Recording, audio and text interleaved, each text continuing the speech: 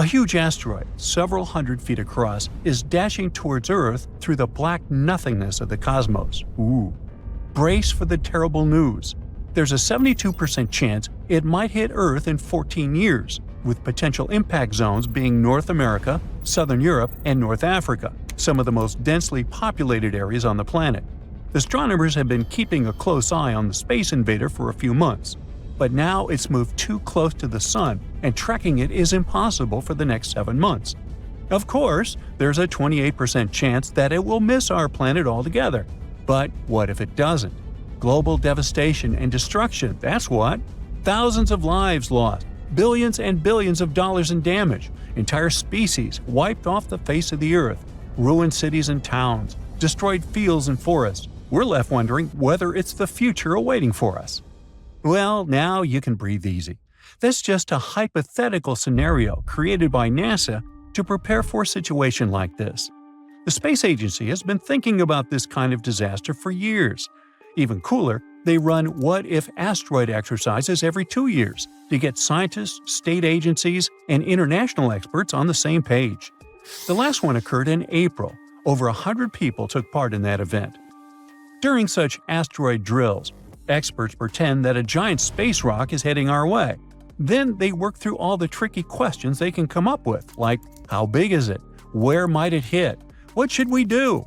It's like a massive brainstorming session to make sure that if it ever happens, we won't have to start from scratch. To make these scenarios feel as real as possible, NASA's Center for Near-Earth Object Studies gets involved. These are folks who track real asteroids and calculate their orbits. So they simulate months of asteroid observations, complete with uncertainties about its size, trajectory, and potential impact zones. It's the kind of uncertainty that makes decision-making way harder, just like it would be in real life.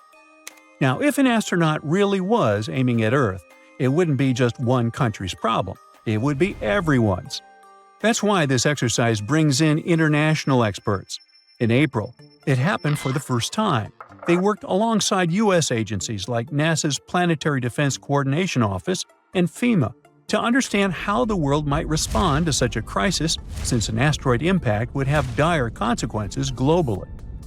Now, the big question is, can we actually stop an asteroid from hitting Earth? Here, there are two main options experts consider. First, we could send a spacecraft to gather more info. If we knew more about the asteroid's size, mass, and orbit, we'd be able to make better decisions about what to do next. The second option is to try to deflect it. Basically, it means bumping the asteroid off its course so that it misses Earth. This might sound impossible, but NASA's DART mission has already proven that we can do it. 2 years ago, they crashed a spacecraft into a small asteroid called Dimorphos and successfully changed its orbit. It was a huge victory for planetary defense. But missions like that take tons of time to plan, prepare, and carry out. That's why spotting dangerous asteroids as early as possible is so important. Currently, NASA is working on a new telescope called NEO Surveyor, which is set to launch in 2027. Unlike good old telescopes, NEO Surveyor is designed to detect even the trickiest asteroids, including ones orbiting close to the Sun. It'll give us a better chance to act early and potentially stop an asteroid before it becomes a threat. If you still think that an asteroid impact is something out of science fiction and the threat isn't real, how about this? Early on Sunday, January 21st, a small asteroid about 3 feet wide entered Earth's atmosphere and luckily burned up over Germany. NASA's Scout Impact System spotted it 95 minutes before it hit and predicted exactly when and where it would arrive. At 1:32 a.m. local time, the asteroid turned into a blazing bright fireball, visible as far away as the Czech Republic. Some small meteorites might have landed near the impact site, about 37 miles west of Berlin. This is just the 8th time ever that an asteroid has been detected before it hit Earth. It's a splendid example of how tools like Scout are helping us track asteroids and prepare for anything bigger that might come our way. Here's another example. A small asteroid turned the skies over northeastern Siberia into a breathtaking light show on December the 4th, burning up harmlessly in Earth's atmosphere. The space rock, about 28 inches across, was spotted just hours before it hit. Thanks to observations from astronomers around the world, a special alert system managed to predict the impact to plus or minus 10 seconds. The asteroid entered Earth's atmosphere at 1:15 a.m. local time. The authorities were put on alert, but there was no damage reports. NASA's Asteroid Terrestrial Impact Last Alert System, or ATLAS, spotted the rock 12 hours before it entered the atmosphere. This makes it the fourth imminent impactor, which is an asteroid discovered within hours of its expected impact, detected this year, and the 11th overall. Now, China also has big plans for planetary defense. They're working on their first mission to hit an asteroid, and it's got a double purpose. One spacecraft will crash into the asteroid, and the other will hang back to study the whole thing for up to a year. In other words, it's not just about protecting Earth, it's also a way to learn more about the solar system.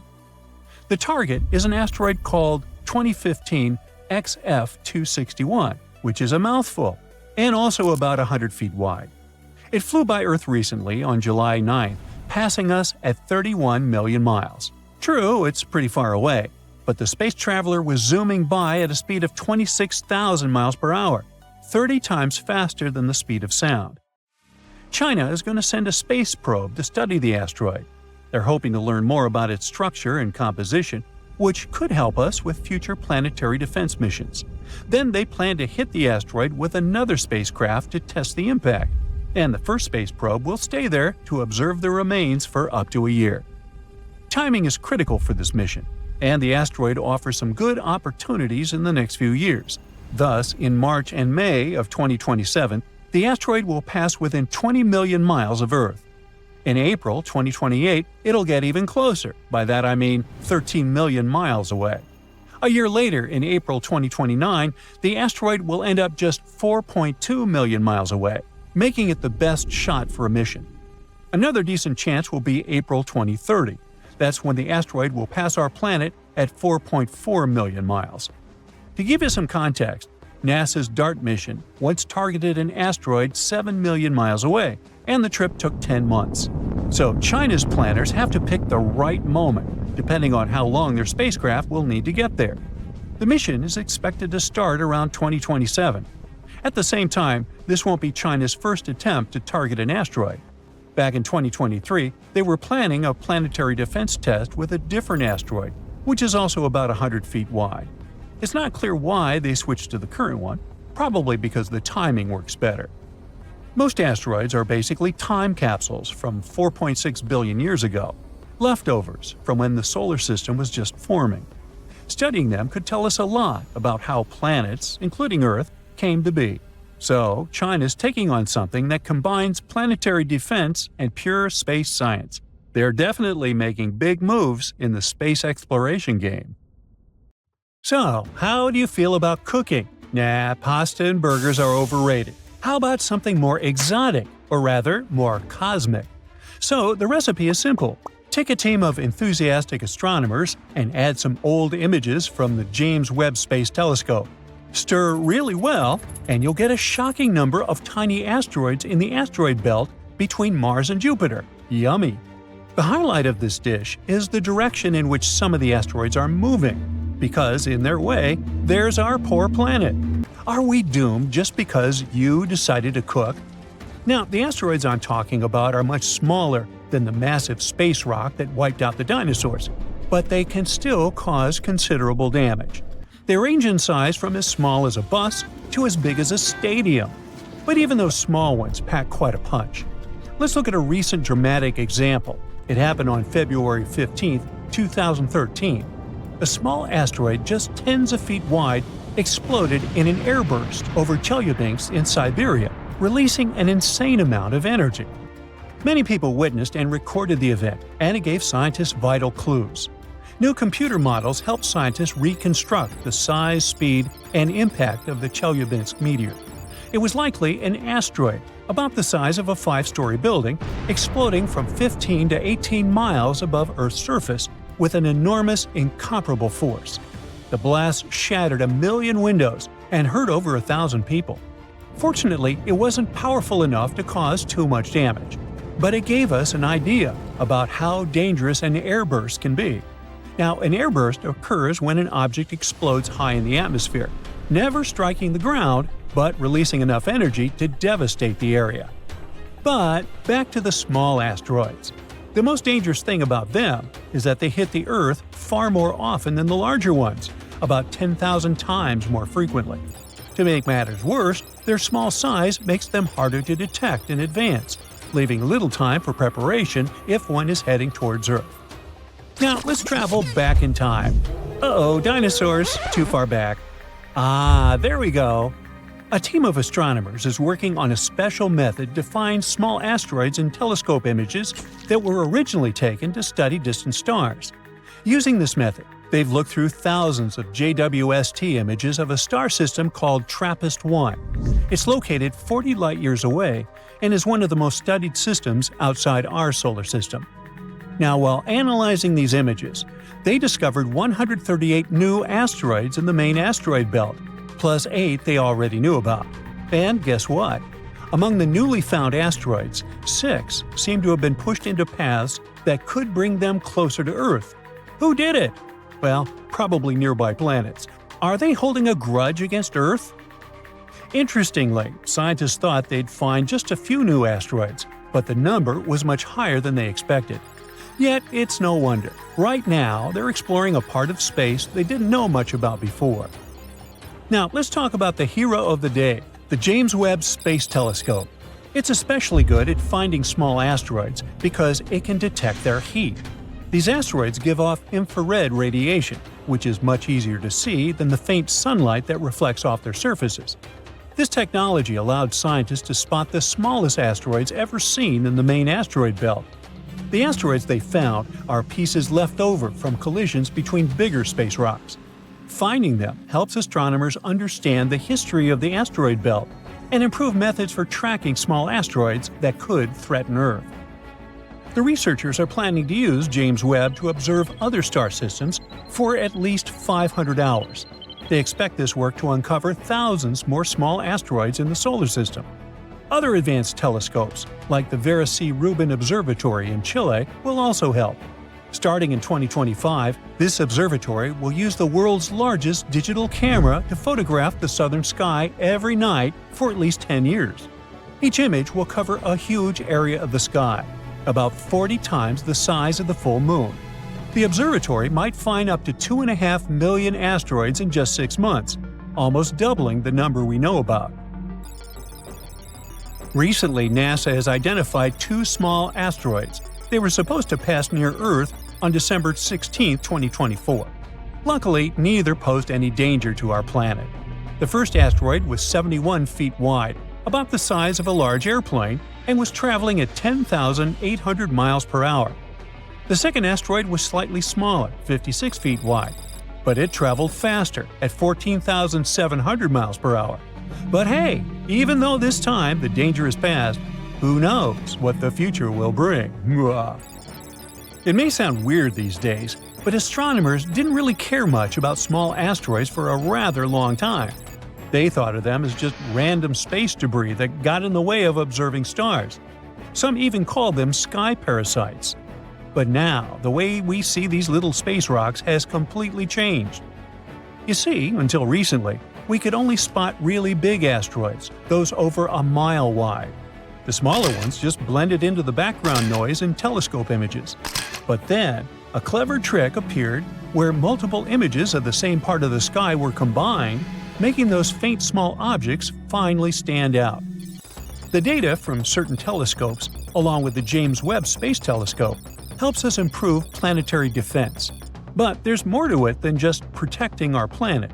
Studying these small asteroids also teaches us about how the solar system evolved. There are so many of them because they're fragments from collisions between bigger space rocks. One researcher has said this is like looking at old data in a new way. These small asteroids, which people used to think of as space junk, are crucial for understanding our solar system and even preparing for whatever the future holds. Among those hundreds of millions of rocks orbiting the Sun in the asteroid belt between Mars and Jupiter, some are especially worrisome. They come close enough to Earth for it to be quite concerning. NASA classifies asteroids that orbit within 30 million miles of our planet as near-Earth objects, and those could pose a serious threat if they were to collide with our planet. Right now, NASA is closely monitoring an asteroid named Bennu. This is a fairly large space rock, measuring about 1,600 feet across. It could, potentially, crash into Earth in 159 years. First, the astronauts spotted it in 1999. So currently, experts believe that there's a small chance Bennu could drift into Earth's orbit and collide with our planet by September 24, 2182. Would it be bad? Well, to put it in perspective, Bennu is taller than the Empire State Building. If it hit Earth, it would generate 1,200 megatons of energy, an amount so massive that nothing on Earth could generate that. NASA scientists are particularly concerned about a tiny chance that Bennu could pass through a gravitational keyhole during a flyby in the 22nd century. This keyhole is a region in space that could set the asteroid on a path that brings it directly to Earth. Now, Bennu flies by Earth every 6 years and has had 3 close encounters with us in 1999, 2005, and 2011. Right now, scientists estimate that the chance of Bennu hitting Earth by 2182 is about 1 in 2,700, more than 5 times greater than the chance of being struck by lightning. Although the chances of Bennu colliding with Earth are very low right now, this space rock is still classified as a potentially hazardous asteroid because it might come as close as 4.65 million miles to Earth. Now, this asteroid is another space rock that we need to keep an eye on. It's a near-Earth object about 1,100 feet across, and it was discovered in 2004. Initially, it was considered one of the most dangerous asteroids ever detected. Apophis quickly gained attention because experts believed it could pose a serious threat to Earth because of its close approach to our planet in 2029. However, after further study of its orbit, astronomers determined that there was no risk of a collision for at least a century. Well, we can all breathe easier now, can't we? So, we just spotted an asteroid so massive it could wipe out an entire continent if it ever hit Earth. And it's moving insanely fast, almost record speed. But what makes it really scary is how it's basically playing hide-and-seek with us. It can slip right into the sun's glare and vanish completely. And yeah, it just did it again. It disappeared. So, when we finally spot it again, will we have enough time to prepare? Or could it already be too late for humanity? Do I have your attention now? Thanks. So, meet 2025 SC79. That's a mouthful, so I'll just nickname it Scooby. This newly found asteroid is a sneaky one, the kind that loves hiding in the sun's glare. Think of it as trying to spot a firefly next to a stadium light. The brightness hits your eyes and outshines anything faint nearby. So yeah, you won't see that firefly. Now, asteroids hide in the same frustrating way.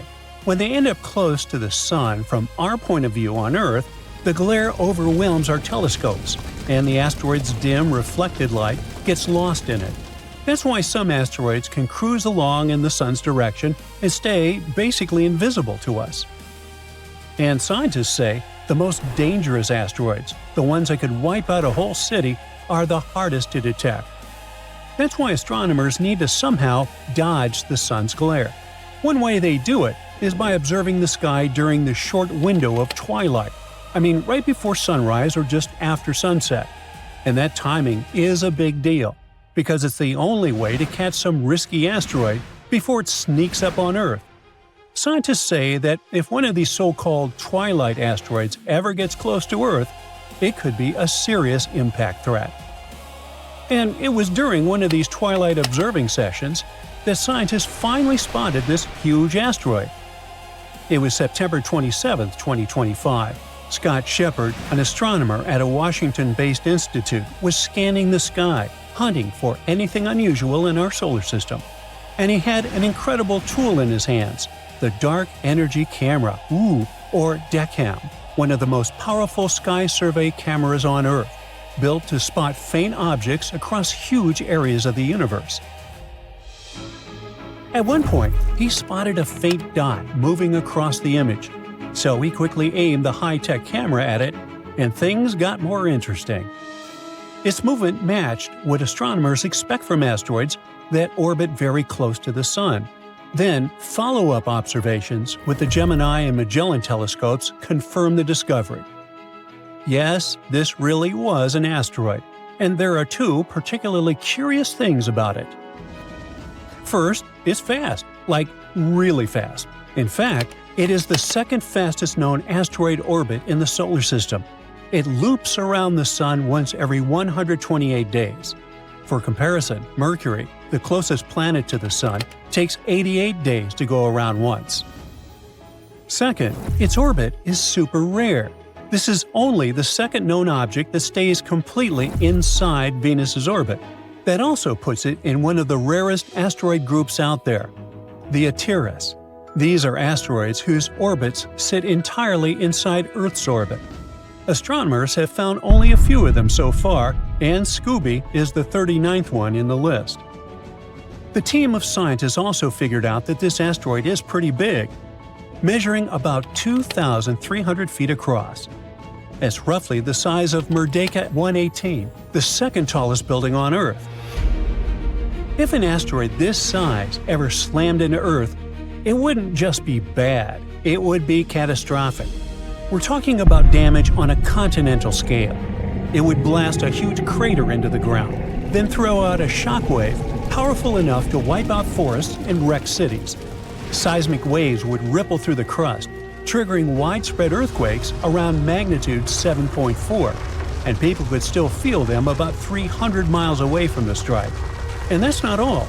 A brutal air pressure blast would race outward, shattering windows more than 1,000 miles away. Then comes the aftermath. Dust and debris from the impact could shoot up into the atmosphere, block some sunlight, and mess with our climate. I know, you might feel scared right now, but don't worry about it. Thankfully, Scooby isn't going to do anything like that, because it's not on a collision course with Earth. Right now, the math shows it won't be making any close passes by our planet, at least not anytime soon. Still, there's a lot more to learn about this asteroid, but any further studies will have to wait. For now, it has disappeared behind the Sun and is out of sight. Once it reappears, astronomers will take a closer look and try to learn more about what it's made of. That part really matters, because this asteroid is somehow holding up while orbiting so close to the Sun's brutal heat. You see, this asteroid gets very near to the Sun. At its closest point, this asteroid is blasted with almost 6 times Earth's sunlight. At that distance, its surface could heat up to about 440 degrees Fahrenheit.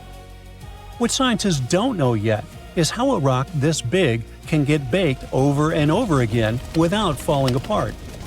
And there are 2 more things astronomers want to check once it comes back into view: how fast it spins and how bright it looks. Now, by bright, I mean how much sunlight it reflects, because asteroids don't make their own sunlight. They're just big rocky chunks that shine by reflecting sunlight back at us. Anyway, those clues can tell scientists what Scooby is made of. One possibility is that this asteroid is loaded with dense metal, and that could explain how it survives the Sun's brutal heat. And if that turns out to be true, this asteroid could be a relic from when the solar system was just forming. Or maybe it slowly moved closer to the Sun because the gravity of Venus and Mercury gently pulled on it again and again over millions of years. Now, even though SE79 isn't a real danger to us, and there's still a lot we don't know about it, just finding it is already a big deal. It's a reminder that big asteroids can hide from us. So even in our own cosmic backyard, there are still blind spots where large objects can stay hidden until the right moment of twilight gives them away. And as our detection tech gets better, we keep finding more and more asteroids. By now, scientists have spotted over 1 million in the solar system. They come in all sizes, from monsters like Vesta that measure about 329 miles wide, all the way down to rocks that are smaller than a house. Now, out of all the asteroids we know, about 40,000 are what we call near-Earth asteroids, or NEAs. That just means their orbits bring them close to our neighborhood, Technically, their closest point to the Sun is less than 1.3 times the Earth-Sun distance. It's close enough for planetary defense systems to keep a careful eye on them. And that's exactly why we can relax. I mean, nobody has to lose sleep imagining an asteroid slamming into our planet. Every time scientists discover a new asteroid that comes anywhere near Earth, they track it and run the numbers right away. And then they map out its path years, decades, or even centuries into the future. And they don't do it by guesswork. NASA's automated systems, like Sentry, constantly scan the asteroid catalog and calculate whether any of these objects has even a small chance of hitting Earth over the next 100 years. If something looks risky, it jumps to the top of the watch list and gets followed up fast. So yeah, there are almost 2,000 near-Earth asteroids that technically have some chance of hitting us in the next 100 years. But don't panic. Most are small and harmless, hey, like me. And their odds of impact are usually way under 1%. See why I said we shouldn't stress too much? Cool. Now, sleep tight. Astronomers just spotted an asteroid roughly the size of 8 football fields. It spins so fast that it completes a full rotation in just under 2 minutes, which makes it the fastest asteroid ever found in its size class. If this bad boy hits Earth, the consequences will be, well, let's just say everyone will notice. You think? Scientists caught MN45 using early data from an observatory on a mountaintop in Chile with a 3,200 megapixel camera. Ooh. It will be scanning huge areas again and again for 10 years to catch what moves, what flashes, and what wasn't there yesterday. The SuperCam takes an image every 40 seconds, and that's how it noticed MN45. The same equipment recently caught around 2,000 other asteroids, but our hero definitely stands out. Now, an asteroid spinning this fast probably didn't start life as a calm, normal space rock. Scientists think a past collision could have smacked it hard enough to spin it up like a toy top. And if that impact was violent enough, MN45 might not even be the original asteroid, but a fragment that broke off from a much larger parent object. Basically a piece of a bigger monster that got shattered long ago. Spinning fast in space isn't just a flex, it's dangerous, because rotation creates stress, and stress tries to rip an asteroid apart. If a space rock doesn't have enough internal strength, it doesn't stay one object. It fragments into smaller pieces like a cookie that cracks when you twist it too hard. That's why most asteroids never spin this fast. Most of them aren't solid boulders. They're rubble piles, basically space gravel held together by weak gravity, like a floating clump of broken rocks. Astronomers have a kind of speed limit for asteroids. In the main asteroid belt between Mars and Jupiter, a typical rubble pile asteroid needs to rotate more slowly than about 2.2 hours per full spin to stay intact. Anything faster than that starts entering the danger zone. So if an asteroid spins faster than this limit, and it's still big, that's a massive clue. It must have unusually strong material inside, like solid rock or something even denser. Because if it were weak and crumbly like most asteroids, it wouldn't be spinning. It would already be a cloud of debris. The good news is that this hard rock asteroid isn't coming for Earth. It's at a safe distance from us, up in the asteroid belt. But its existence screams something terrifying. If something this big and this extreme stayed unnoticed until now, what else could be hiding out there? Perhaps the real threat isn't one record-breaking spinner, but a blind spot. Some simulations show that there could be a whole swarm of hidden city-killer asteroids hanging around Venus like cosmic pickpockets. As you can guess from the name, these asteroids are large enough to destroy an entire city. The reason they're so hard to catch is that they hide in sunlight. From Earth, the area close to the Sun looks bright and washed out, which makes it easy for objects near Venus's orbit to blend into the glare. It's like trying to spot a black cat in a dark room when someone shines a flashlight straight into your eyes. And this is where it gets personal, because humans love pretending we control space. But these Venus-hiding asteroids don't care. Their orbits can shift slowly over time because of gravity nudges and long-term motion, and that means one of them could eventually get pushed onto an Earth-crossing path. Not today, not tomorrow, but someday. And in asteroid terms, someday always arrives faster than people expect. Now let's talk about a completely different kind of dangerous asteroid, Bennu. Now Bennu isn't a solid rock freak like MN45. Bennu is a rubble pile, a loose, clumpy near-Earth asteroid about 1,600 feet wide. It's famous because NASA actually went there. The OSIRIS-REx mission grabbed samples and brought them back to Earth, and what scientists found inside was straight-up mind-blowing. There were life-linked elements, including sugars like ribose and glucose, plus a weird gum-like organic material, and even ancient stardust. Down on Earth, ribose helps build RNA, and deoxyribose helps build DNA. DNA and RNA are basically life's instruction manuals. They store information the way a hard drive stores files. But before you get too excited, no, finding these sugars on Bennu doesn't mean it had life. But it does mean the building blocks needed to build biology weren't rare or special. They were everywhere, floating around in the early solar system. Scientists have already found ribose before in 2 meteorites that landed on Earth, so it's not totally unusual. All that is cool and totally benign, but Bennu has a scary side too. It isn't likely to hit Earth, but researchers still model it because it has a very small chance of impact in the late 2100s, including around 2182. And if Bennu hit, it wouldn't wipe out dinosaurs again, but it could wreck climate patterns, blast huge regions, and trigger global-level effects, depending on where it struck. Bennu is like the perfect reminder that space can carry both the ingredients of life and the power to erase it. And if you want more reminders like this, space is like a gallery of cool asteroids. Take Ceres, for example, which was first classified as a planet, then demoted to an asteroid, and then promoted to a dwarf planet again. Hey, talk about an identity crisis. One thing is for sure, it's basically the boss of the main asteroid belt between Mars and Jupiter. No matter what label you slap on it, Ceres is a cold ball of rock and ice about 600 miles wide. Living there would feel like surviving on hard mode. Ceres has no substantial atmosphere, so you need a spacesuit just to breathe and to avoid freezing. Daytime temperatures range from about -136 to -28 degrees Fahrenheit, and at night it drops to around -225. But you'd also feel ridiculously light, because Ceres' gravity is only about 3% of Earth's.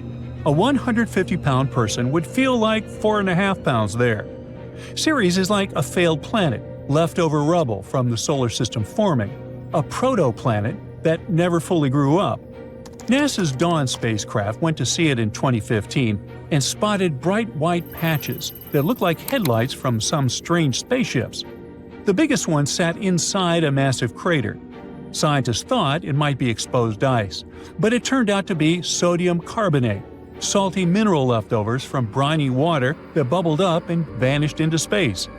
Even crazier, that salty water may still come from a reservoir about 25 miles below the surface, and the activity could still be happening today.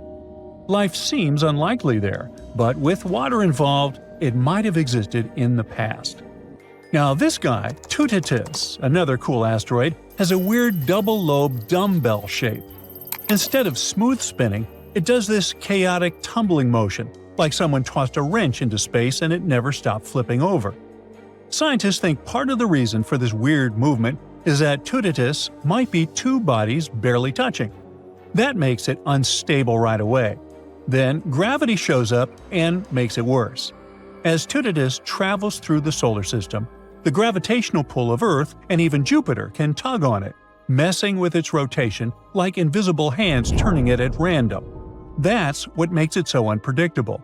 It's not just spinning, but constantly getting nudged into new motion patterns. The path it takes through space brings it close to Earth, which sounds terrifying, but the even scarier part is the word chaotic. Scientists determine its orbit for the next few centuries, and it won't collide with Earth in the next 6 centuries. But we don't know what can happen after that. So, as you can see, we don't need to be afraid of every asteroid scientists have spotted, but we might have a good reason to fear the ones they haven't seen yet. In February 2025, scientists detected an asteroid heading our way. If it hit, it would create a crater the size of Manhattan and unleash a shockwave strong enough to flatten everything within 30 miles. Uh-oh, I'm out of here. Well, luckily for now, we're in the clear. But the threat is coming back in 2028, and this time, everything might change. You see, in 2025, NASA announced that an asteroid, called 2024 YR4, had a 3.1% chance of hitting Earth in 2032. Now, in asteroid terms, that's high enough to sound the alarm. The asteroid itself is not the end of the dinosaurs level, but it's big enough to level a city. The rock is about 130 to 300 feet wide. That's roughly the size of a large jet. Now, if something that size slammed into a populated area, it wouldn't end the world, but it would result in a very, very bad day. And still, no one panicked, and scientists weren't scrambling for bunkers. Because when we first spot an asteroid, we have to work with limited information. It's like seeing a plane high up in the sky and trying to guess exactly which gate it'll park at. That's why astronomers rush to gather more data. The asteroid itself seemed pretty ordinary. It was rocky, not some rare metal thing. It was first spotted in late 2024 by an observatory in Chile during a regular skyscan routine. There's this group called the International Asteroid Warning Network. Their job is to keep an eye on space rocks that might try to ruin your day. And back on January 29, 2025, they announced that the chances of that particular asteroid hitting Earth had gone over 1%. Now, 1% might not sound like much, but that's enough to make scientists start worrying. The impact risk for 2024 YR4 reached its highest point on February 18, 2025. That's when scientists calculated a 3.1% chance it could hit Earth. But by February 23, after more observations came in, that possibility was essentially ruled out completely. The asteroid's Torino scale rating, which is used to categorize the impact risk of near-Earth objects like asteroids and comets within the next 100 years, was lowered to 0. It means it's no longer considered a threat to Earth. Well, for now. But scientists still keep tracking it, and based on additional data, there is now a 4% chance it could hit the Moon instead. If that were to happen, it would be on December 22, 2032. Right now, the asteroid is expected to pass about 5,600 miles from the Moon's surface. However, there's a very large uncertainty range, about plus or minus 46,000 miles. So it could easily miss the Moon by a very large distance. The last time we had something this dangerous was back in 2004, with an asteroid called 99942 Apophis. Back then, it had a 2.7 chance of hitting Earth in 2029. People were sweating. But after better observations, scientists ruled out the impact. This time we actually passed that old record. 2024 YR4 is currently heading out toward Jupiter's neighborhood and won't swing back close to us until 2028. And that's when everything might change. If the risk jumps above 10%, the IAWN will send out a formal warning to the United Nations. They'll tell countries in possible impact zones to maybe start preparing, because if we talk about the damage… Admittedly, this asteroid is not the 6-mile-wide monster that wiped out the dinosaurs 66 million years ago after hitting Earth. This here asteroid is in the city killer category. It sounds dramatic because it is, but it's not some global extinction stuff. The real problem isn't just its size, it's its speed. If the asteroid hits, it could be moving nearly 40,000 miles per hour. That's like flying from New York to LA in under 5 minutes. But still, the most likely scenario would be the asteroid exploding in the air before even hitting the ground. That's called an airburst. But if the asteroid is on the bigger end of the size estimates, it could actually reach the surface of our planet, slam into the ground, and make a crater. So that possibility's still on the table. As for where it could hit, the possible impact zone covers a huge area: Eastern Pacific, Northern South America, the Atlantic, Africa, the Arabian Peninsula, and South Asia. Raise your hand if we left you out. Keep in mind, though, that it's way too early to make life decisions based on that. So, no packing up and moving yet. Besides, we're not sitting here helpless. In 2022, NASA pulled off the DART mission, where they literally smashed a spacecraft into an asteroid to nudge it off course. And it worked. DART stands for Double Asteroid Redirection Test. It was built for NASA's Planetary Defense Office. They wanted to know if we could push an asteroid just enough for it to miss our planet. So they launched a spacecraft in November 2022, and it traveled through space for about 10 months. The plan from day one was to crash it. The target was a small asteroid moon called Dimorphos, which is about 530 feet across, the size of a large stadium. Dimorphos orbits a bigger asteroid called Didymos. The two of them just circle each other out there in space. What's important is that neither of them was threatening Earth, so this was a safe test. Now, DART was basically a heavy spacecraft with a camera and a smart guidance system. The strategy was to hit Dimorphos at about 14,000 miles per hour and let the force of that impact slightly change its orbit. In the final stretch, the spacecraft guided itself. It had to figure out which rock was which, lock onto the smaller one, and adjust its path without anyone steering it in real time. When it hit, the onboard camera sent back close-up images right up until the moment of impact. Then the signal stopped because the spacecraft had done its job and smashed into the asteroid. There was also a small Italian CubeSat that separated earlier and stayed back to photograph the collision and the resulting debris cloud. Those images showed a huge plume of rock and dust blasting out into space. Well, after that, astronomers around the world started measuring the orbit of Dimorphos very carefully. Before the collision, it took 11 hours and 55 minutes to circle Didymos. After the impact, it took 11 hours and 23 minutes. That's an impressive 32-minute difference. The interesting part was that the spacecraft alone wasn't responsible for all of that shift. When DART struck the surface, it threw tons of rocky material outward. All that rock and dust blasting off gave the asteroid an extra push, stronger than the spacecraft alone could have done. Scientists later realized that Dimorphos wasn't a solid chunk of rock. It was more like a loose pile of rubble held together by gravity. That probably helped produce more debris and a bigger push.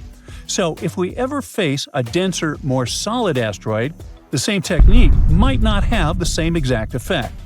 That's why scientists are also looking at other ideas, like using lasers to heat up part of the asteroid so bits of rock fly off and slowly push it in the opposite direction, like giving it a tiny built-in rocket.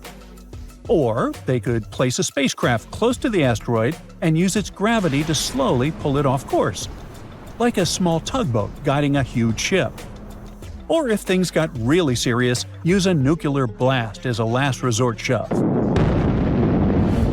Despite the success of the DART mission, NASA says we do not have a ready, reliable system that could stop a city-killing asteroid if one suddenly shows up on a collision course with Earth. The danger isn't the giant dinosaur-level asteroids. Those are huge and easy to track. Neither is it tiny rocks that burn up in the atmosphere all the time. It's the middle-sized ones, around 500 feet wide. Scientists estimate there are about 25,000 near-Earth objects in that size range moving near Earth's orbit. So far, we've only found about 40% of them.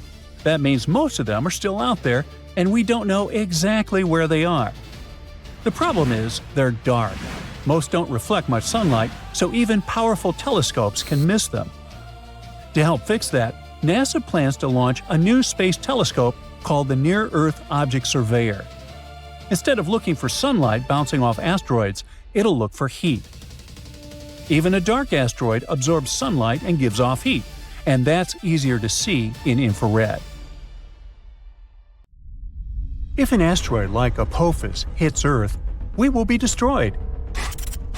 Massive earthquakes will strike, and tsunamis will flood everything. Apophis is a billion-year-old celestial body that has been in the solar system since its inception.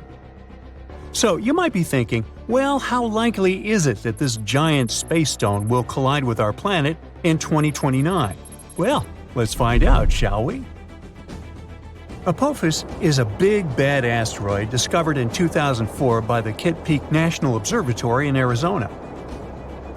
Since then, it has proudly held the title of one of the most dangerous asteroids ever located. It's around 1,100 feet wide, which is a bit bigger than the Empire State Building and the Eiffel Tower. Because of how scary it was named Apophis, like the Egyptian immortal creature that was considered to bring eternal darkness and destruction to Earth. Oh boy. In 2021, researchers had a once-in-a-lifetime opportunity to study this floating rock when it passed near our planet, and we'll come back to that in a minute. Now, some scientists say that there is a small chance of Apophis hitting the Earth on Friday, April 13, 2029. The Yarkovsky effect is to blame for this, since it can slightly nudge this space rock towards Earth. This effect originates from the uneven emission of thermal photons from a rotating celestial object, resulting in a fascinating force exerted upon it in space. These emitted photons possess momentum and play a pivotal role in shaping the dynamics of the body. The asteroid has two sides, light and dark, just like the Moon. The light side faces the Sun and is warmer than the dark side. But the thing also turns, so the sides constantly change direction and temperature. This change could be detrimental because it slightly pushes Apophis toward Earth.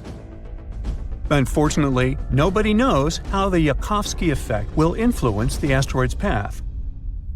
On the other hand, on the asteroid's last flyby of Earth in 2021, astronomers used radar to take accurate measurements of its trajectory and confidently concluded Apophis will safely miss Earth in 2029 by about 20,000 miles and won't bother us again for at least 100 years.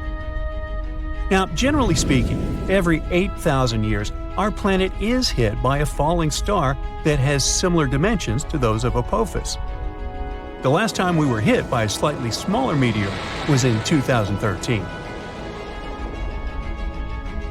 A new spacecraft developed by NASA called the OSIRIS-REx was launched in 2016 to collect samples from another slightly less terrifying celestial body called Bennu. 4 years later, it finally arrived at the thing, got some samples, quickly said goodbye to Bennu, and started traveling back towards Earth. The samples were safely stored in a capsule dropped in Utah. So far, this has been the most significant sample ever taken from an asteroid. After the delivery, the spacecraft didn't waste any time and started chasing Apophis. Now, OSIRIS-REx has been renamed to OSIRIS-APEX, and is currently playing tag with Apophis. With some luck, on the 2nd of April 2029, when the asteroid zips close by Earth, the spacecraft will reach Apophis and land on it.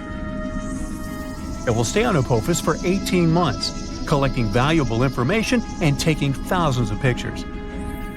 The asteroid will be monitored with the help of powerful telescopes. At some point, Apophis will get too close to the Sun, and then all the monitoring work will be on Osiris's apex back.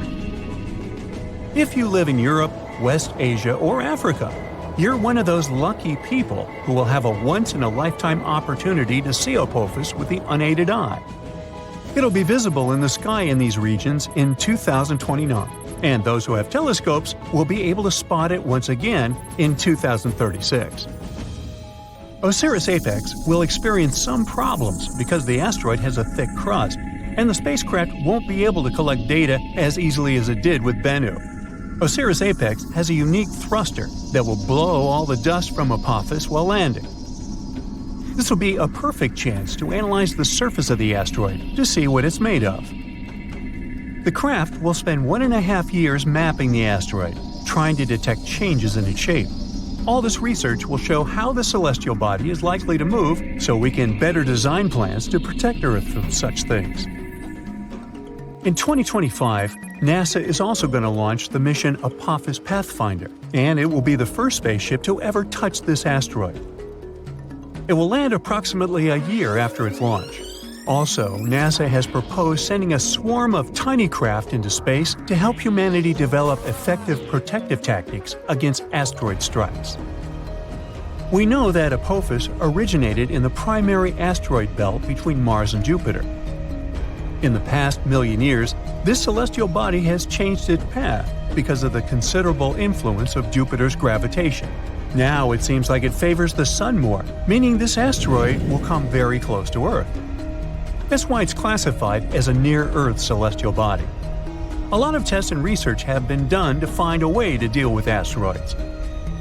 Some solutions include drilling and detonating the space body from inside, or testing new technologies, like attaching rockets to it and trying to steer it away from Earth. We can also hit it with something moving at high speeds to make it change its course. Apophis is an S-type asteroid made of rocks and minerals like iron and nickel, and is shaped like a peanut. It can tell us a lot about the past and possibly the future. Sampling this space object could reveal how life on Earth began and how plants appeared. There are many theories that suggest that water arrived on our planet on an asteroid or a comet. Asteroids are like priceless time capsules. Unlike rocks on Earth, which have undergone thousands of changes, like erosion, most celestial bodies are still intact and much easier to study. When meteors fall on Earth, they get covered in debris that's impossible to clean. That's why studying Apophis while it's still in space is so important. Also, some asteroids are made of precious metals like platinum. Right now, we have a high demand for metals that we use in production, and mining metals on Earth is quite tricky. Just one large meteor might have iron, nickel, gold, and platinum that could last us millions of years. If Apophis has this amount of metals, well, we'd want to break it down and bring it back to Earth. One space rock could be worth quadrillions of dollars, making space mining highly profitable. And still, it would cost us more to get it back to Earth than to dig up these materials here. As technology progresses and new kinds of rockets are developed, this might become possible at some point.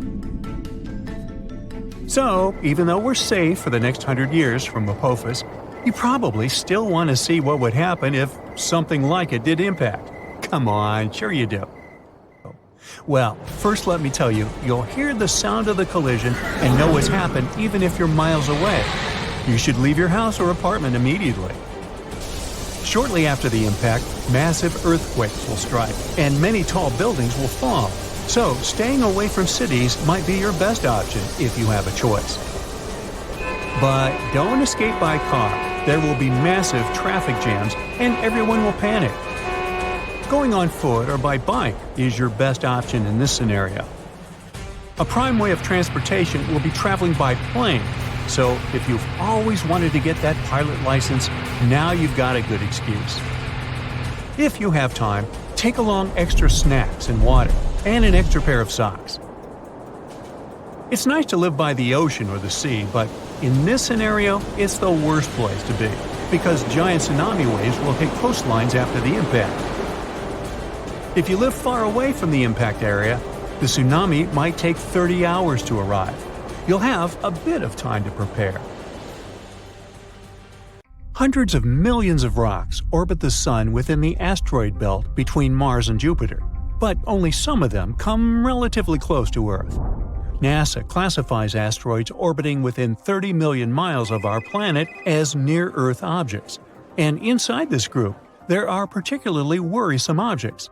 Those are so large and orbit so closely to our home planet that they could turn into a real threat to the world should a direct collision occur. At the moment, NASA is keeping a close eye on an asteroid named Bennu. It's a fairly large space object that might smash into our planet in 159 years. According to the experts, the asteroid, which was first spotted in 1999, is quite likely to drift into the orbit of our planet. If it happens, it might collide with Earth by the 24th of September, 2182. Asteroid Bennu is thought to be taller than the Empire State Building. If that hits our planet, the collision will release 1,200 megatons of energy. That's an enormous amount of energy that nothing built on Earth could produce. Scientists from NASA believe that during the flyby in the 22nd century, there's a tiny chance that the asteroid will pass through a gravitational keyhole. That's a region of space that might set the space traveler on a certain path, which could result in the asteroid crashing into Earth. Bennu flies by our planet every 6 years. It has had 3 close encounters with Earth in 1999, 2005, and 2011. These days, scientists estimate the chance of the asteroid hitting our planet by 2182 as 1 in 2,700. That's more than 5 times a person's chance of being struck by lightning. But even though Bennu's chance of colliding with Earth are quite low at the moment, the space rock has still been categorized as a, quote, potentially hazardous asteroid. All because it might come as close as 4.65 million miles from Earth. That's the reason why it's also classified as a near-Earth object. Bennu is a carbon-rich asteroid that was formed in the first 10 million years of the history of the solar system. That's around 4.5 billion years ago. No wonder this space body holds precious clues to the origin and development of the rocky planets of our solar system, which are, as you recall, Mercury, Venus, Earth, and Mars. Even better, it may contain organic molecules, similar to those that are crucial for life to evolve. In 2020, NASA's OSIRIS-REx managed to briefly touch the surface of the asteroid. It collected some samples and propelled off the space rock afterward. For NASA, it was the first mission of this kind. But it won't probably come as a surprise that Bennu isn't the only asteroid we should worry about. Asteroid 99942, Apophis, is another space body we'd better watch out for. It's a near-Earth object about 1,100 feet across. It was discovered in 2004, and at first, it was identified as one of the most dangerous asteroids ever detected. Apophis gained notoriety very fast. It was believed to pose a serious threat to Earth. Experts predicted that it would come uncomfortably close to our planet in 2029. Luckily, after a more careful examination of Apophis and its orbit, astronomers concluded that there was no risk of the asteroid colliding with our planet for at least a century. The risk of an impact in 2029 was ruled out completely, as well as the potential impact that could be caused by the asteroid's close approach in 2036. Interestingly, until March 2021, there was a small chance of a collision in 2068. But then, Apophis made a flyby of Earth, and astronomers took this chance to use powerful radars to estimate the asteroid's orbit around the Sun more precisely. This allowed them to rule out any impact risk for at least the next 100 years. Now, the reason why such discoveries make us so worried is that even a relatively small asteroid, the size of a house, can wreak havoc upon colliding with our planet. And if an asteroid is larger than 0.6 miles across, astronomers call it a planet destroyer. The impact energy released by such an asteroid after striking Earth could be devastating. That's why knowing where such asteroids are and in what direction they're moving is crucial. The problem is that our capability to protect the planet from asteroid impacts is not top-notch yet. If such a catastrophe was about to occur, we would need some time to prepare, because an asteroid collision is no joke. Probably the most well-known asteroid impact site is the Chicxulub crater. It's the evidence of the terrifying collision that led to the extinction of dinosaurs. Strangely, this crater isn't very visible, but some others are. For example, Barringer Crater in Arizona, which is also called Meteor Crater. It looks rather blood-chilling when you think about the collision that led to its appearance. In any case, we now know that space rocks hit not only the Earth but also the Moon, Mercury, and Mars. No rocky planet in the solar system is safe from asteroid impacts. That's why we have an entire scientific enterprise whose goal is to find and catalog the asteroid population of the solar system. Now, it might sound a bit scary, but there are around 25,000 asteroids larger than 460 feet in diameter near the orbit of our planet. Such a space rock is large enough to wipe an entire city off the face of the Earth. So far, less than 50% of such asteroids have been detected and tracked. There are also an estimated 230,000 objects equal to or larger than 160 feet in size. Those are capable of destroying a concentrated urban area, and still, fewer than 8% of those have been detected. There are also tens of millions of smaller near-Earth objects. They are larger than 33 feet across and might cause some surface damage. Less than 1% of such small space bodies have been discovered so far. Now, the thing is, the inner solar system is extremely challenging for asteroid search.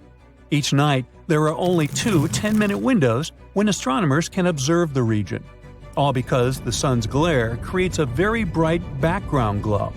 Plus, the atmosphere of our planet also distorts and blurs observations. Spotting asteroids in such conditions is beyond the capabilities of most telescopes.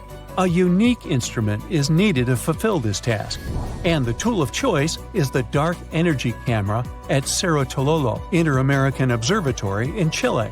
This device wasn't designed to hunt asteroids. Researchers built it to search for another elusive target, dark energy, the mysterious force driving the expansion of the universe.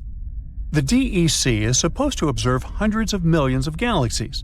That's why it's both wide and deep. This way, it can both peer deep into the universe and capture a wide field of view, which helps it record the motions of galaxies and the conditions in the early age of the universe. But it also means that the DEC is perfectly suited to spotting asteroids near the Sun. Inner asteroids are rare, and deep images are necessary because such asteroids are faint. Scientists need to be able to fight both the bright twilight sky near our star and the distorting effect of Earth's atmosphere, and the DEC can help them achieve their goal. The Dark Energy Camera was built to carry out the Dark Energy Survey, which finished in 2019. Now astronomers can direct the power of the camera towards other tasks. They claim that the DEC's survey is one of the most sensitive searches ever performed for objects near Venus's orbit and within the orbit of our planet. It provides us a great chance to find out what kinds of objects are lurking in the inner solar system.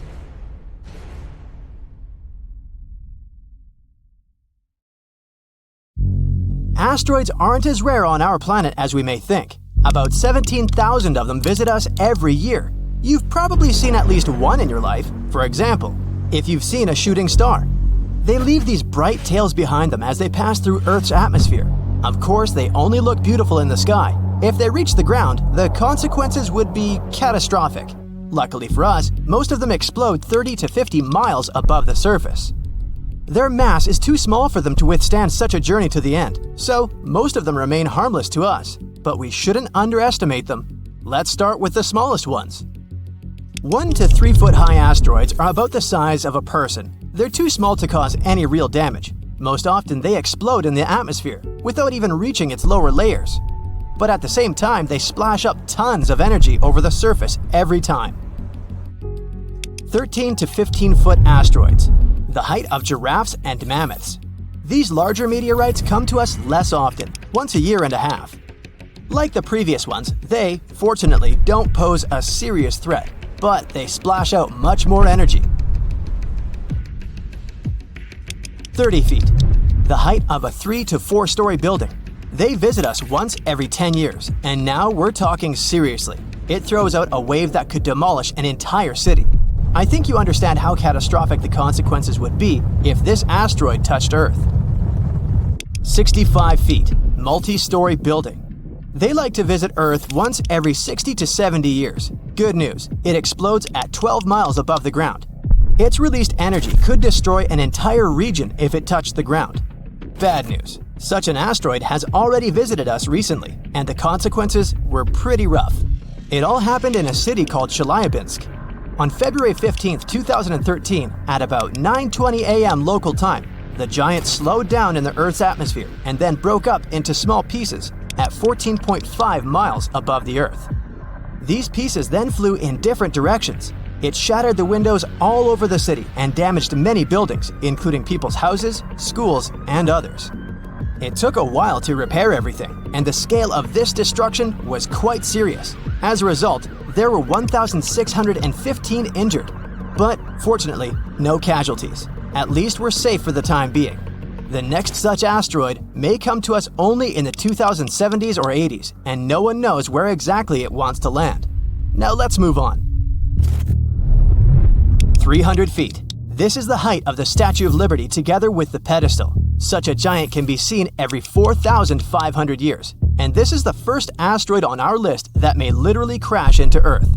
The consequences are disastrous. Not only may it demolish an entire city, but it can also set fire to neighboring areas. Well, some people even witnessed such a meteorite land on our planet. The notorious Tunguska meteorite is the biggest asteroid disaster that people have ever seen. It all happened on June 30th, 1908 in eastern Siberia. The meteorite was bright, like a second sun, and people felt the heat wave when it just approached the Earth. It exploded near the river. Fortunately, the whole area was surrounded by taiga, and there were no big cities nearby. But even there, it immediately destroyed a lot of trees. Serious forest fires broke out. The sound of the explosion was heard by people hundreds of miles around. At tens of miles around, all the houses' windows broke. The magnetic storm that resulted from this collision lasted 5 hours. The consequences were truly disastrous, but perhaps this is not the worst thing that awaits humankind. 99942 Apophis, 1,215 feet. It's slightly bigger than the Eiffel Tower.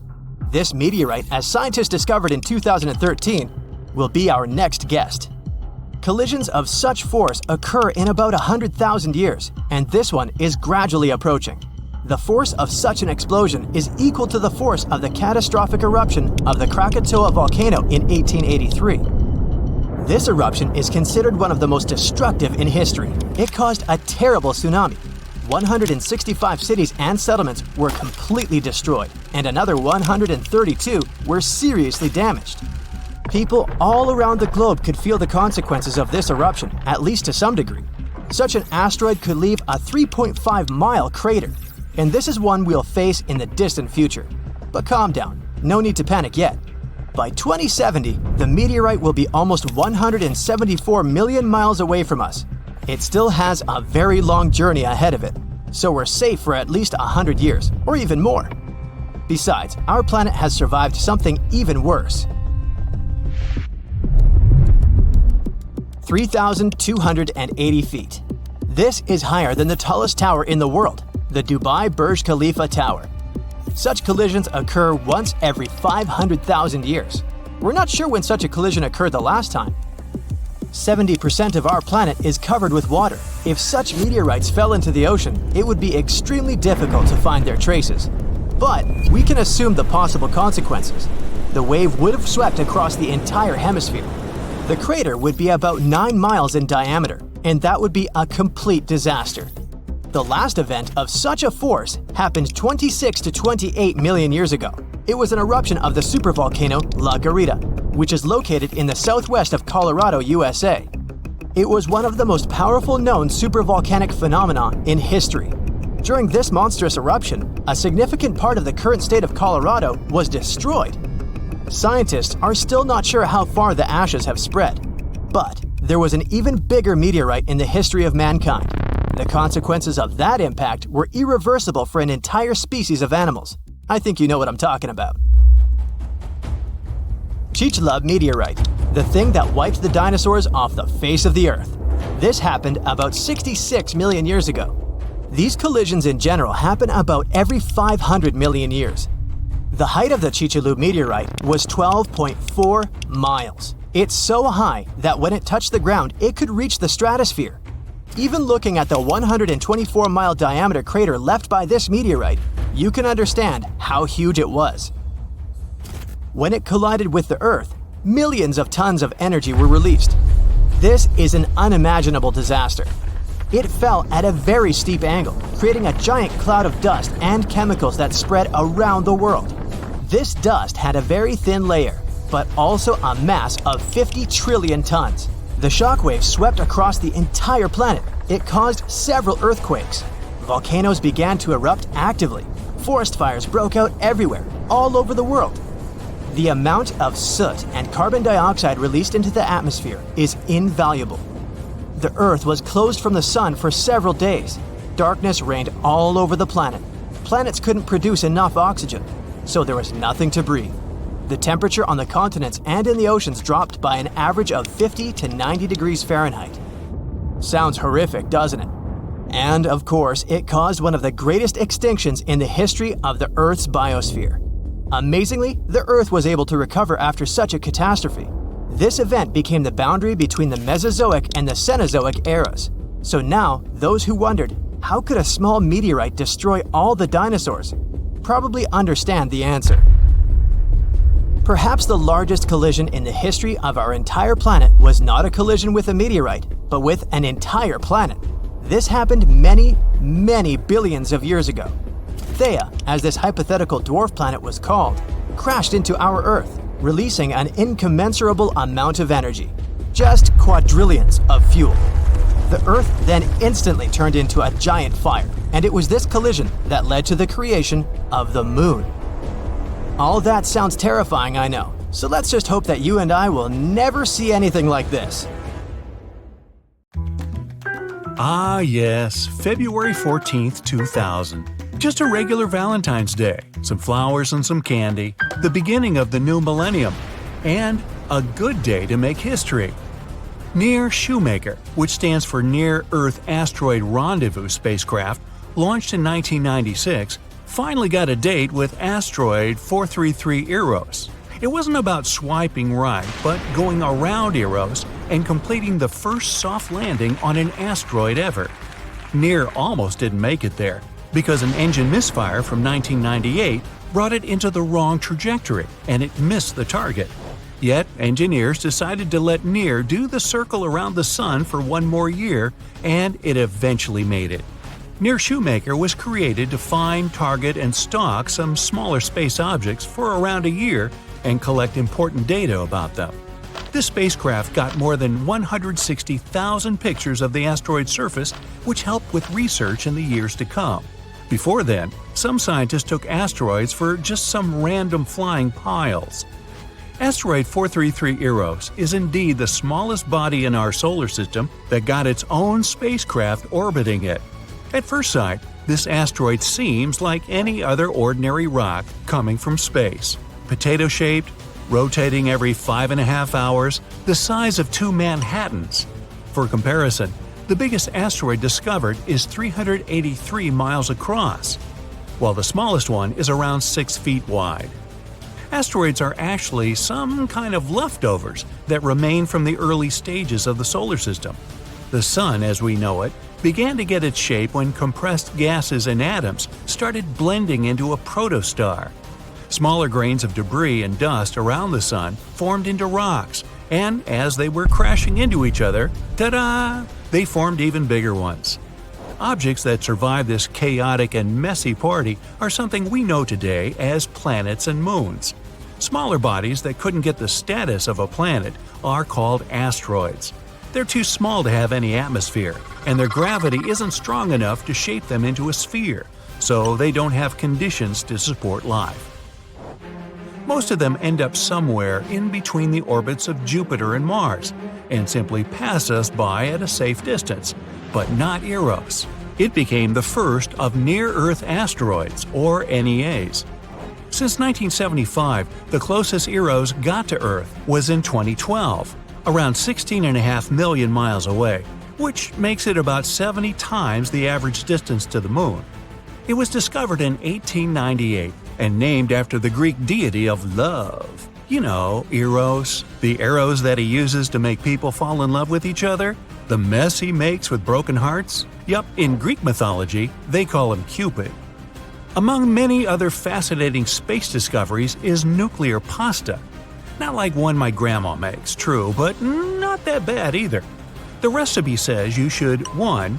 Wait for a star to reach a certain age when it's time for it to explode. And be patient because this could take maybe around 1 billion years. 2. After the explosion, collect its leftover neutrons and stir them until you get an extremely dense stew. Toss in some gravity to taste, and the last step, don't forget to bake it at 1 million degrees Fahrenheit. Nuclear pasta is definitely one of the weirdest meals on the universe menu, but also potentially the strongest material out there. You would need 10 billion times bigger force to shatter a plate of nuclear pasta than to break steel. Scientists believe this stuff is that strong because it's incredibly dense, kinda like me. Picture this: 1.3 million Earths squeezed down and scrunched into the size of Toronto. Oumuamua is the first visitor that came to our solar system, something that scientists have been waiting for decades. This mysterious object was discovered in October 2017 and is considered to be a piece of some bigger body formed outside the solar system and torn apart during its journey.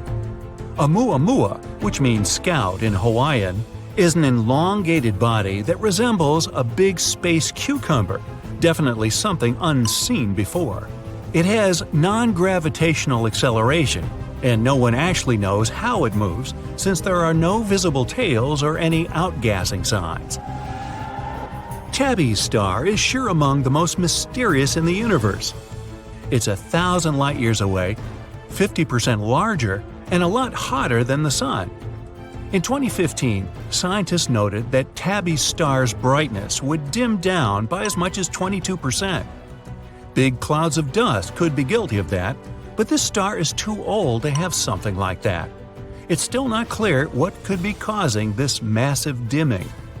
Nebula are huge clouds of dust, gas, and plasma that never stop dishing out surprises.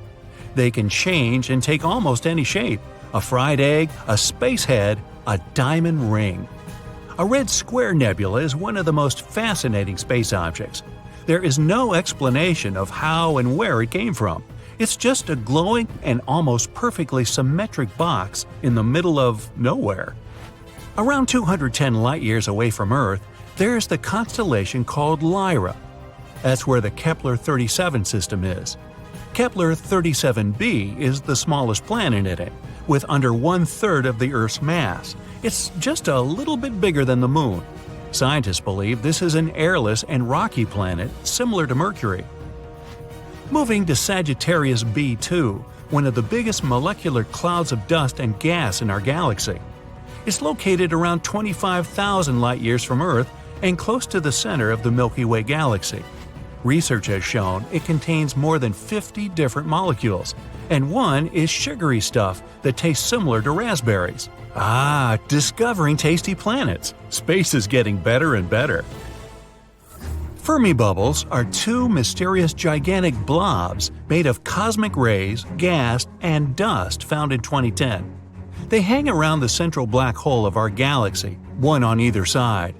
Bubbles expanded below and above our galaxy over time, so they're now around 50,000 light-years across. No one knows how they got there, but one theory says they're related to the same black holes that occurred about 6 million years ago. Gliese 436b is one of the strangest planets out there. It's extremely hot, yet made of ice. This is a Neptune-sized planet that needs just a little bit more than 2 days to finish a full orbit around its parent star. It's assumed its surface has a temperature that goes up to 830 degrees, but the ice still doesn't melt since the planet has enormous gravity. Black holes are not always supermassive. IGR rests in the constellation Scorpius and is only 3 to 10 times more massive than the Sun, which probably makes it the smallest black hole discovered so far. NGC 3842, on the other hand, is something we picture when someone mentions a black hole. It's in a different galaxy and about 2,500 times as strong and massive as the black hole in the center of the Milky Way. Venus, the planet of superlatives. The closest planet to Earth, the hottest surface, reflective clouds that make it the shiniest planet as seen from Earth, the biggest number, 1,600, of volcanoes when compared to other planets of our solar system. Also, we're talking about the slowest spinning body in our universe that barely rotates at all. It takes 243 Earth days for Venus to make one single turn. This planet is so slow, you could actually walk faster before it makes a complete turn. Venus goes in the opposite direction from Earth, which is why sunsets there are in the east while the sun rises on the west side. 55 Cancri E is about twice the Earth's size, with the temperatures of up to 4,900 degrees. Perfect conditions to turn carbon into diamonds. Yup, 1/3 of this planet is covered in carbon, which makes this diamond object one of the most expensive planets. Scientists who observe space changes in Antarctica see neutrinos at least once a month. Still, this one that struck our planet in 2017 was really special. It was the first one they could trace the origins of. They discovered it took 4 billion years for the neutrino to reach the Earth. It got to our planet from a massive black hole at the center of a galaxy that had been destroying all the matter surrounding it. Hey, welcome to the new neighborhood!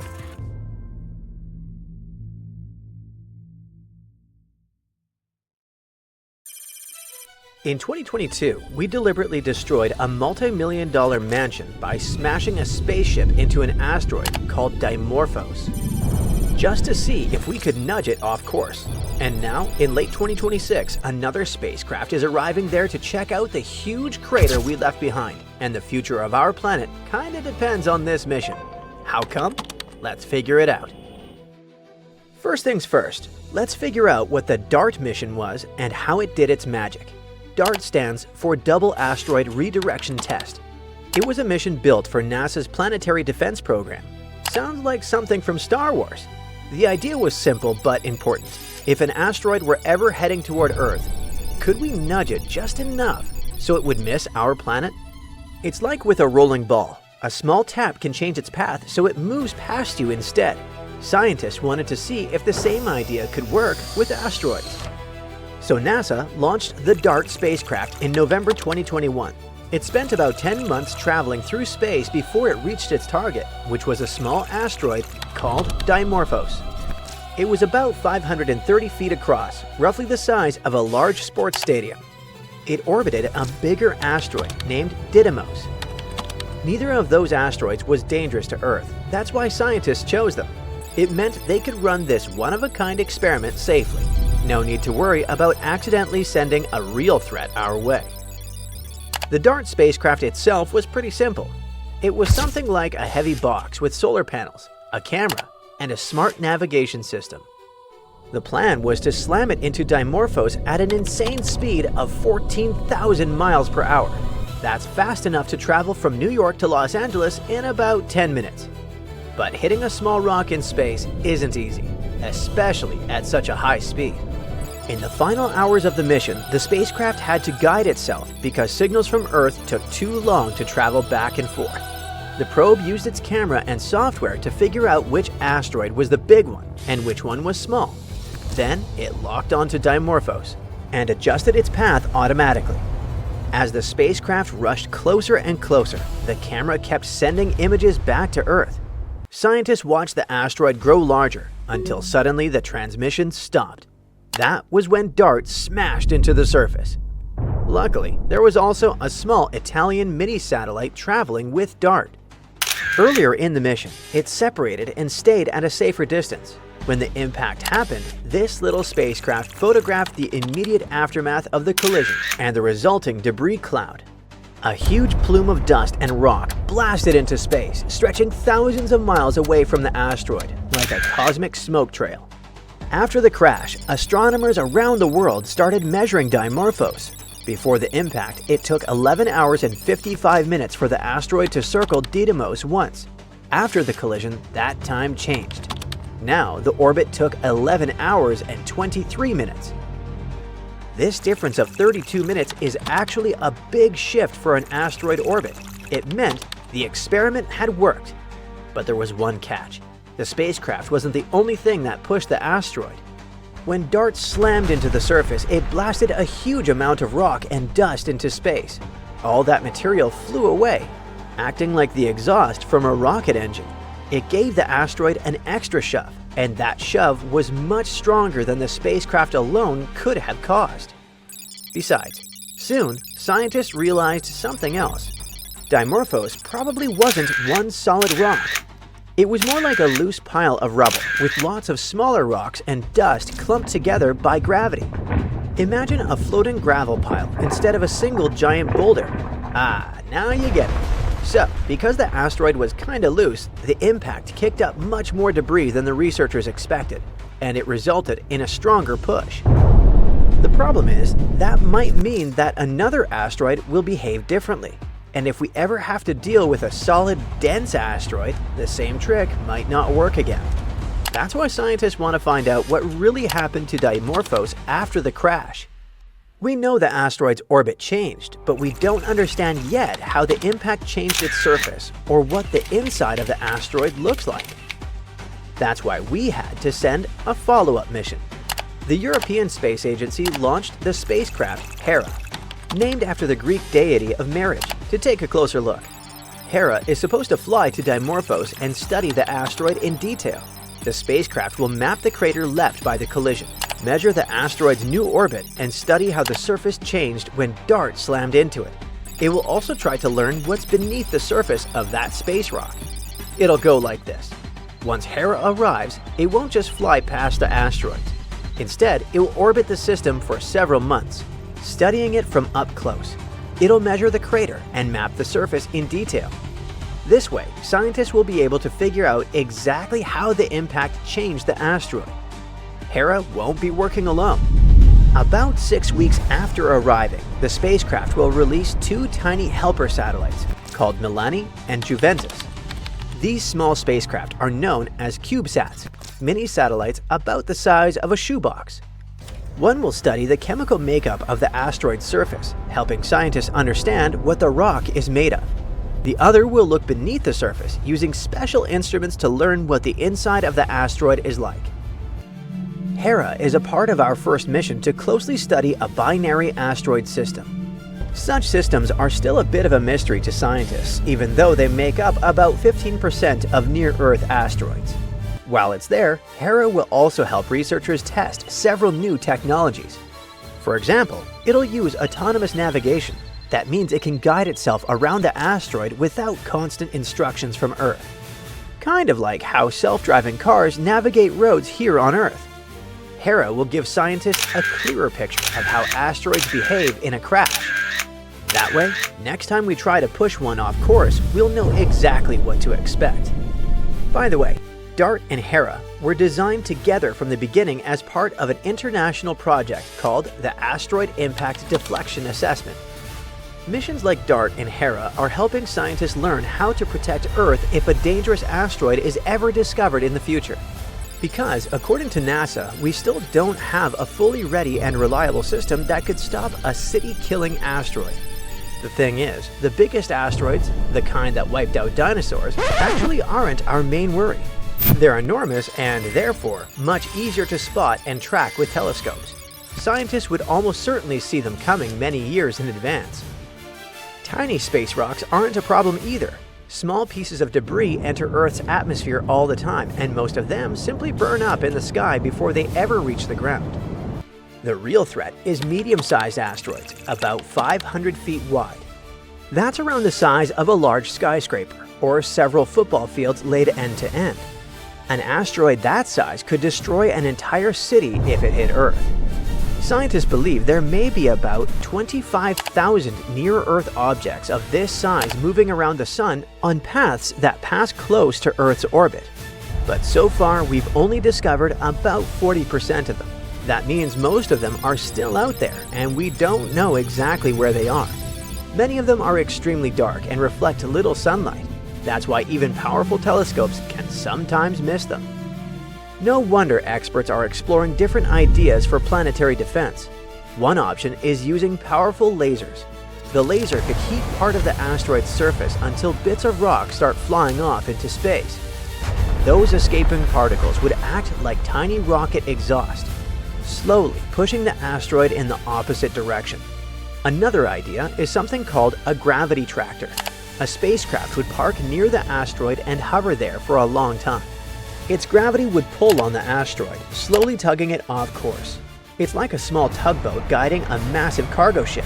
And if things ever get really serious, there's still a last resort option, using a nuclear blast near the asteroid to give it a powerful shove.